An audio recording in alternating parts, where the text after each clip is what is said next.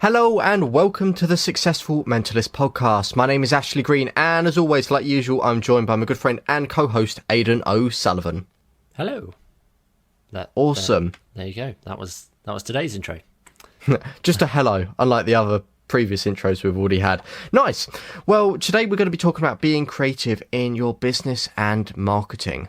How you can change things to be better suited to you as a performer. And I know Aidan has some beautiful little ideas on that. I say this on every episode. It's, Aidan's got some beautiful little ideas. Aidan's got some beautiful... It's like, God blimey, it's just... Well, every time we record these episodes, it always comes across like beforehand, like he's running through all the tips he wants to talk about. I'm like, that's a beautiful little idea. And then the next episode, I'm sat there like, that's a beautiful little idea. And then when I record the podcast, I'm like, Aidan's got some beautiful little ideas on this, which you do. Because today we're talking about one of the topics which you've spent a lot of time looking into. And it is all like the business stuff and the marketing stuff. Like you actually do have great ideas on this. But one of the things I want to kind of kick this off on in regards to this whole area is websites, really. And this is a massive pet hate of mine. I'd love to hear your thoughts on it afterwards. But when people put the text on their websites, it's just so bland and boring. And for me, like when a client's reading through it, they can read through like 10 magicians' websites and it seems the same on every single website. Like, you can't tell about the performer. It's just like, I do this. And every magician always seems to use the same quote, like, I'd be an excellent icebreaker for guests. But there's not like a personal touch. And like, you look at your website, Aidan, and it's completely flipped around. You read it and you can hear your voice. You get a real sense of who you are. And it honestly does stand out from the rest of the other entertainers around there. Was there a particular time that you actually took that shift? And why is the reason why you decide to write it as if like you're saying it? What's the reasons behind that? Well, I think this is probably the most important point. And if you get nothing else from this episode, change your marketing materials and write it as you would say it. This is a huge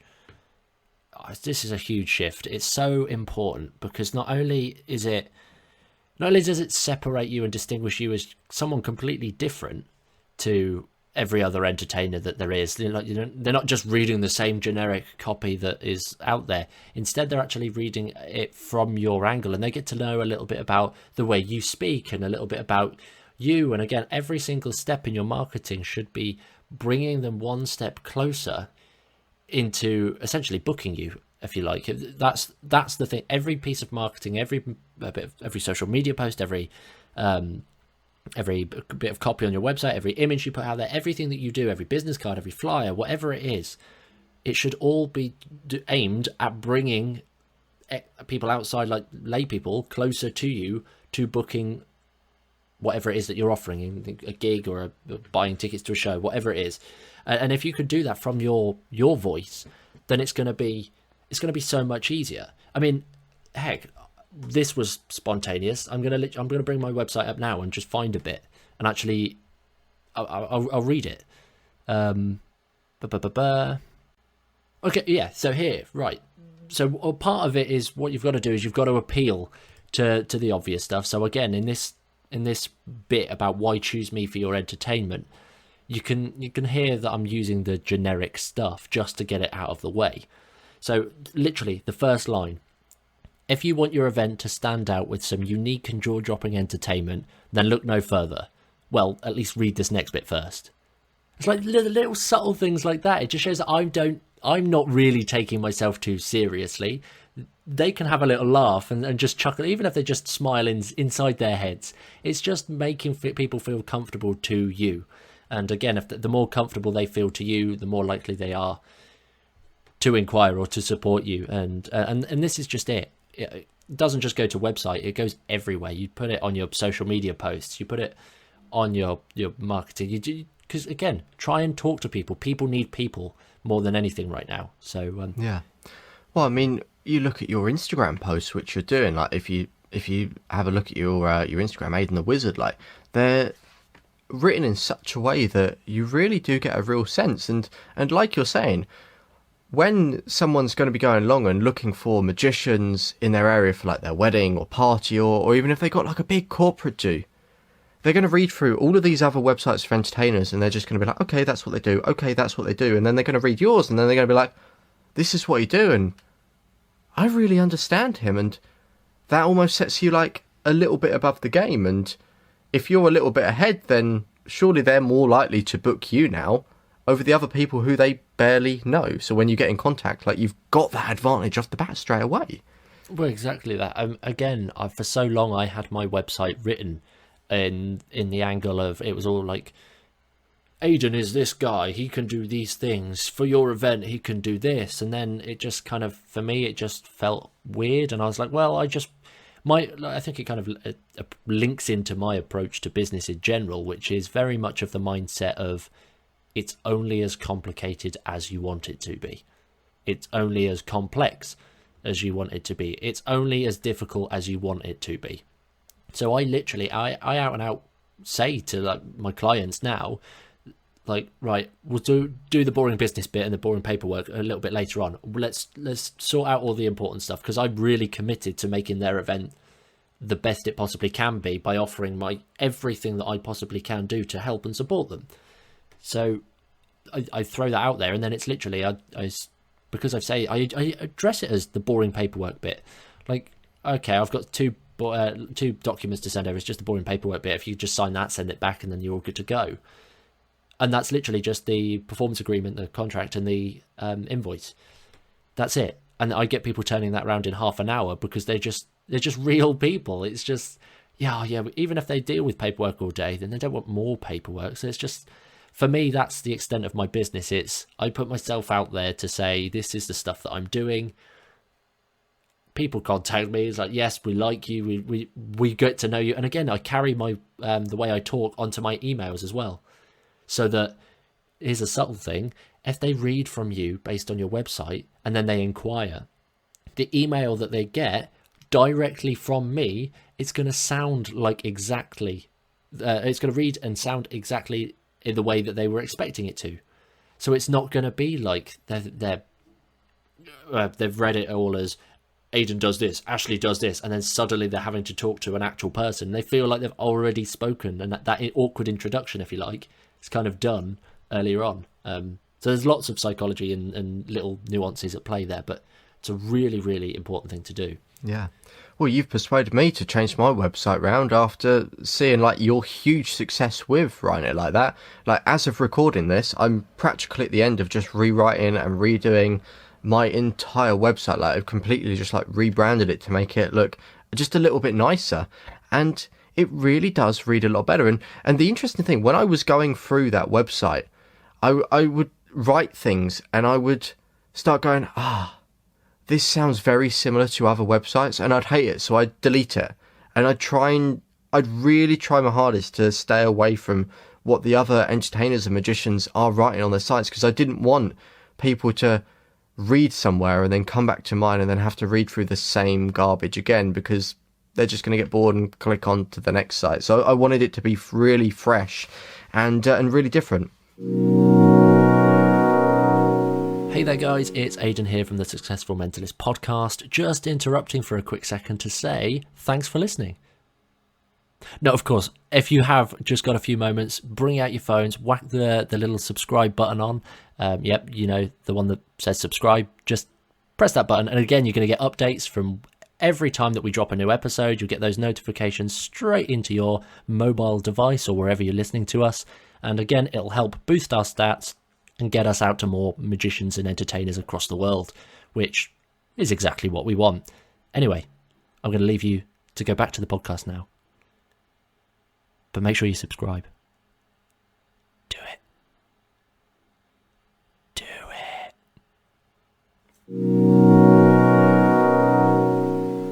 Again, doing something different, like not just from the text on your website. Again, I know we've spoken a lot about that, but it also applies to like your other stuff in your business as well. And this is where you can get creative and do whatever it is that you like, because with the entertainment industry, we're in such a lucky position. Like with an accountant, you're pretty restricted in terms of what it is that you do.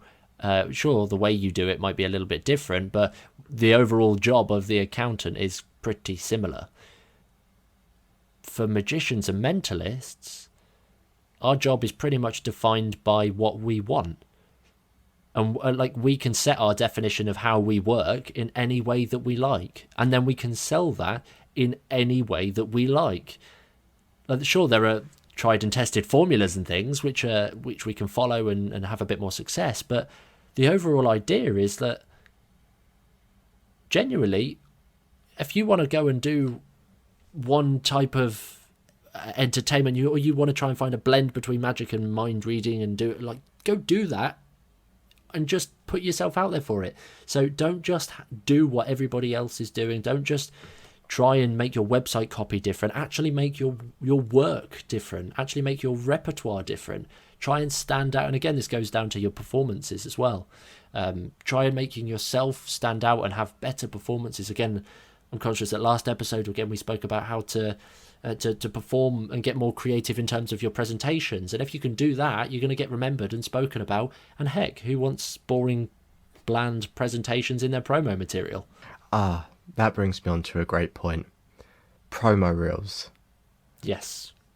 I had a list of what I was going to say in this podcast, and you saying that, it sparked something which I hate. And I remember I was speaking to I was filming this thing up in London with a couple of magicians, and we were all on the same page with promo reels. Every single magician which they were showing me had the same promo reels. It was so trick focused. It was so like, look at me outside this cool building, look at me spring some cards. And the promo reel never really actually focused on the guests. And I just think, what a weird situation. Like, people booking you are going to just like watch you spring some cards around, flick that up, and then that's enough for them to book you. And I remember them saying, oh no, I've done my promo reel differently. Like, it's now really focused, like, I'm in it, yeah, you can see me, but I wanted it to be like, oh, look at all these guests smiling, look at having a fun time. And I think that's such a better promo reel to have as well. Like, I don't understand where that's come from with a lot of magicians, where they just think, oh yeah, I'll just spring some cards for like a minute and a half and hope someone books me. I think a lot of that comes down to the idea that, again, the idea of a promo reel is simply to show off yourself. And like, that's the minute to 3 minutes or whatever it is, to sell yourself. So people often think, oh, okay, well, let me do some card flourishes and do some weird poses or get some pictures and some stuff and just do a couple of reveals in there. That shows that people think that shows enough of what it is that you do. And again, for some people, that is enough. For some people watching, they're like, oh, yep, he looks like he knows what he's doing, job done. But chances are those people aren't the people that shop around and really seek out all of the possible options before coming to a gradual process of like concluding and determining who they want best and all that jazz. But promo reels are really, really interesting. I don't have one currently, but with that said, I am working on I think 4 different ones, not just for performing but for other stuff as well. And they can be a really, really good way. I mean, for you've put together your 30-minute special, which is a brilliant. It's not really a promo reel, but at the same time, it's a great bonus to send to your clients. Which, again, I know we're talking about promo reels at the minute, but I actually want to jump straight to the use of that 30-minute special, because that's again, creativity in business. It's a really golden opportunity, whether you intended it or not. So, did you want to just talk about that for a minute? Well, yeah. I mean, I initially made the show because I was doing an online show, and this is another thing about.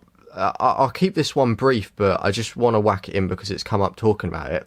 Like, everyone's doing online shows and it's live, and I thought, I can do a better online show if it's not live and it's pre-recorded. So I'd done that, we uploaded it, and yeah, it worked really well. But I always think, if someone's booking me or reading an email, how can I persuade them to book me over someone else? So what I've started doing now is finishing off my emails with, oh, by the way, if you want to see what I do, you can check out this half-hour special that I filmed. It's got everything that I do in there. And then underneath that, if you want to spend a little extra time and search for the American TV show I was on, here's the link to Amazon Prime. And then secretly in that, it's like, wow, he was on TV, and oh my God, he's put together an actual show so we can see exactly what it is that he does. Like, And I'm also delivering value straight off the step. Like, I'm delivering a piece of free entertainment which they can watch. And like, what other entertainer is like emailing someone say, oh, by the way, here's a full show you can watch. Keep yourselves entertained. It's brilliant. It's brilliant. It's such a useful idea. And again, whether you intended to use it for that purposes or just because you were bored during the lockdown, either way, it's a really, really good use of being able to give extra value to clients, whether they book you or not. It's a really useful, really, really good tool. But again, there's another thing that I just want to touch on in terms of doing this stuff. Again, I alluded to it earlier, but doing whatever it is that you want. This is your craft. This is your opportunity to entertain. You do it however you want. Genuinely, just because other performers up and down the country and in the world, for that matter, I realise that we're in 52 countries at the time of recording this, which is fantastic. So thank you all to everybody for listening in for that. But just because other performers throughout the world make a living doing a couple of hours at a wedding reception, mingling with people, doesn't mean that you have to.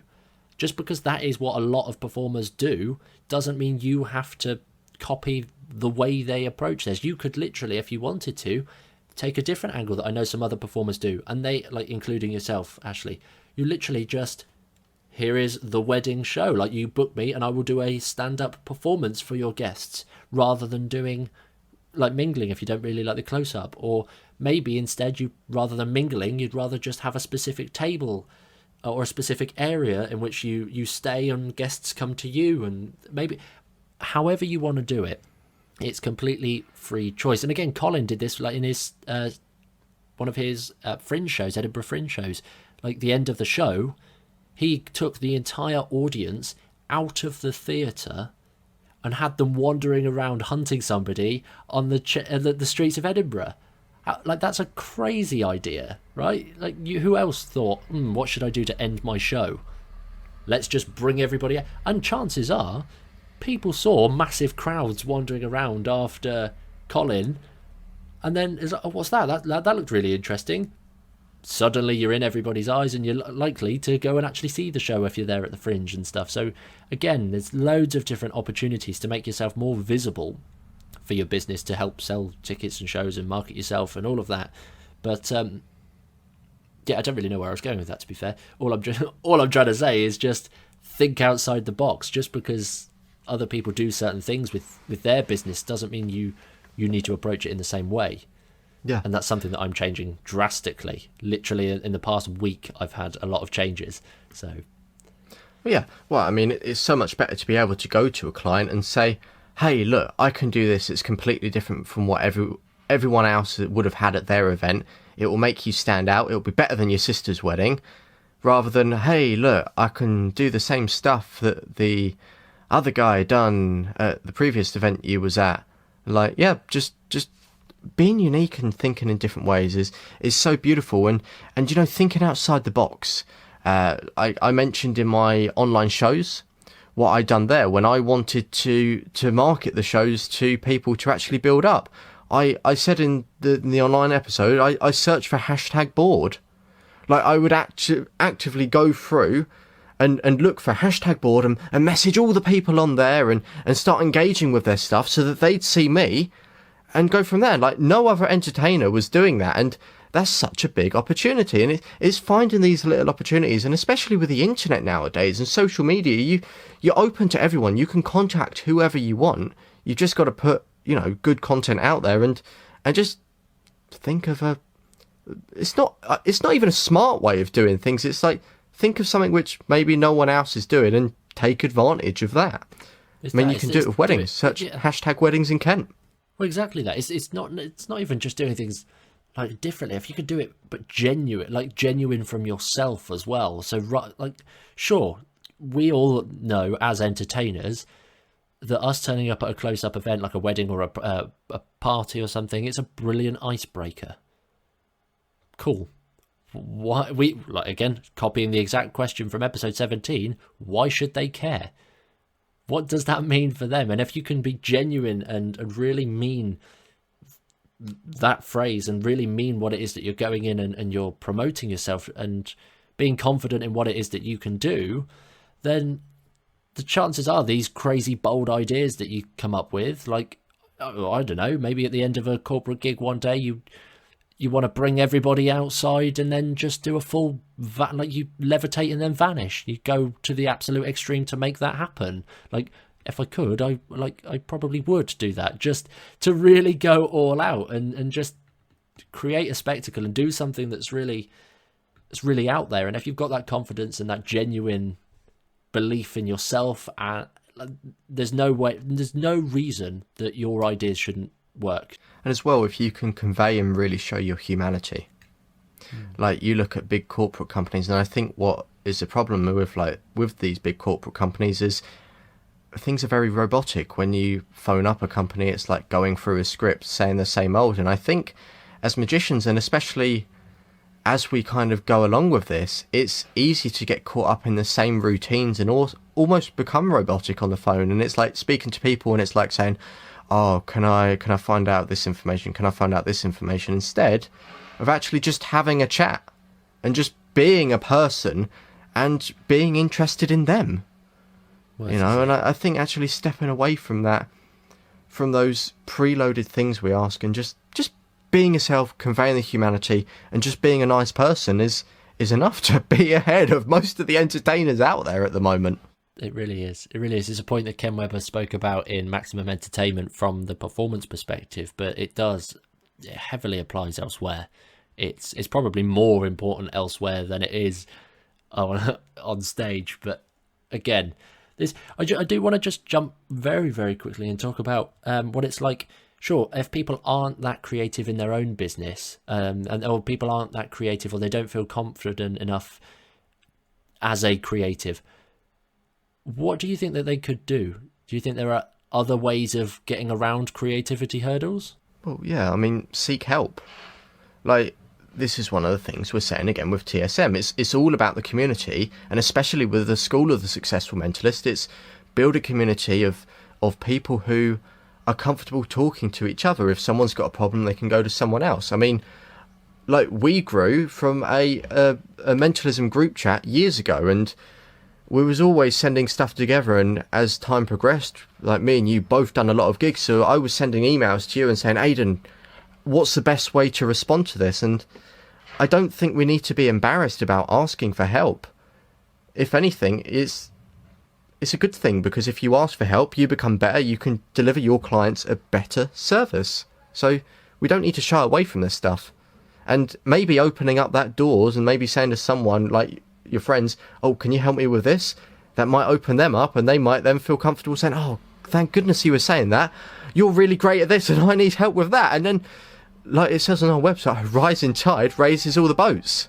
Exactly that. It's such an important point. It's you've got to be able to be comfortable enough to work with other people, and just asking for help, it doesn't take a lot to actually do. And again, we appreciate that it's probably a big bugbear, because we especially for most of us that are solo entertainers, we want to keep hold of everything ourselves, and we don't want to let somebody else do a bit of our business, so we don't want somebody else to talk to our clients or to handle our gigs, or we don't want to work with an agent because that means they get our emails or what.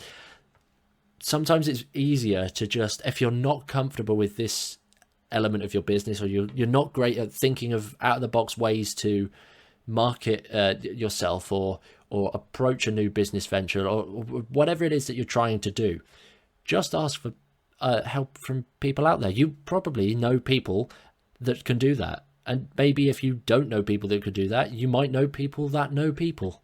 So use your network, and if you can help them, again, chances are they'll end up reciprocating the favor. But again, don't expect that. Just ask for help and offer the help, and you should be able to fix all the problems. Like, I'm terrible when it comes down to graphic design. Like, my images and stuff, it's god awful. I'd set up a template and hope for the best. But I know that there are other creatives out there that I can go to that can literally do it all for me, and they'd be happy to. So yeah, just make sure you're using other people and working with other people wherever you can, if you're not comfortable with doing these things yourself. Well, talking about a network as well, you have another great point about working with other creatives. Do you want to elaborate on that a bit? Because I know you spoke to me about that off the podcast, and I think that would be a great point at the moment to share with everyone. Yeah, so again, working with other creatives, it's really, really, really important. Again, I mentioned it in terms of the graphic design world, but you can open this up specifically to the needs of your entertainment business. For example, if you know photographers, you can liaise and network with the photographers, and again help them out. They can help you out. Again, I know that like you actually bring a photographer to events, like your own preferred photographer. So you're giving them that opportunity to work with you, and again you're getting the bonus promo out of it, and being able to extend this to work with other people. It means you're opening up your expanding your reach, and you're opening up your other opportunities as well. And in addition to that, you're just building a good, reliable sort of personality, if you like, and you're becoming a reliable individual. For example, in the wedding industry, you might want to help and support florists. You might want to help the bridal gown people, maybe the cars, like whatever it is that you work with in your industry. If you can just connect with those people, offer support and help those people more, like venues as well. Venues are a hidden gem. People seem to think that just because a venue's a venue, you can't really work with them much, but they are a golden opportunity for a lot. And again, this is something that I'm working on at the minute, so I'm not going to say too much, but I'm actually working on a way of approaching a wedding venue with a complete opportunity, almost like a bonus wedding fair, if you like, a bonus opportunity for an open wedding day. Except it's not. It's much more valuable for their clients, because obviously you guys can read between the lines. I'm a performer. There's something there. But yeah, working with other people, just connect with those, support those, completely give more than you ask for, because then in that situation people will be more receptive to you, and you'll be more likable, and they'll talk about you, and it'll just build up a good rapport and a good cycle. I'm presuming that's the kind of stuff you wanted me to talk about, unless there was a specific thing. No, that's the gold I wanted you to share on this podcast. But just coming back to that point about the photographer I take to events, everyone listening to this now knows the benefits of taking a photographer. I get professional photos, they get experience, the clients get professional photos. It's a win-win for everyone. But I made my point clear on like one of the Facebook groups for magicians, and I had loads of magicians saying like how impractical that was, and like, oh, how you shouldn't be doing that because it interferes with the other photographer at the event, or oh no, you should be focusing on your magic, or oh no, why would you spend your fee on that? Like, magicians get in debates about silly things, and this is what you said at the start about this. It's like, just be unique and be your own person. Like, sometimes you're going to deal with a lot of people which try and give you advice, and it's just a load of tosh. Be prepared to sometimes just turn it away and decide what you actually want to take on board and what you don't. But for me, if people say don't take a photographer to event, okay, they're not booking me. The public are. I'm just going to ignore that.